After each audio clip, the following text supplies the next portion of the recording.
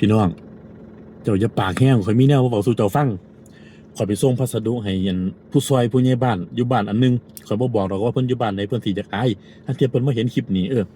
อันข่อยก็ไปส่งพัสดุให้เพิ่นข่อยก็โดนเติบเพิ่นก็บ่ออกมาดอกแต่ว่าข่อยโทรมาล่วงหน้าแล้วเด้ว่าสิมีพัสดุมาส่งเพิ่นก็ว่ามาโหลดอยู่บ้านนี่ล่ะพะนะว่าข่อยก็ฟ้าวมาบัดมาฮอดแล้วแล้วบ่มีผู้ใดออกมาบัดท่านโดนได้ยินแต่เสียงว่าอั่นท่าจักหน่อยครับพะนะว่า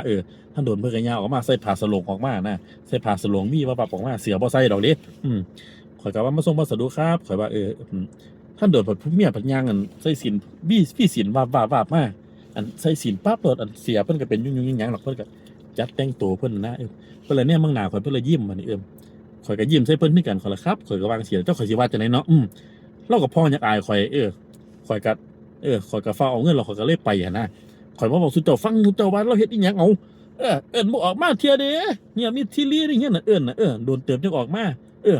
โอ้ย ข่อยก็เป็นอยากอายเราก็อยากอายข่อยคือกันล่ะอย่าปากแห้งเด้อเราสิได้ยินอย่าปาก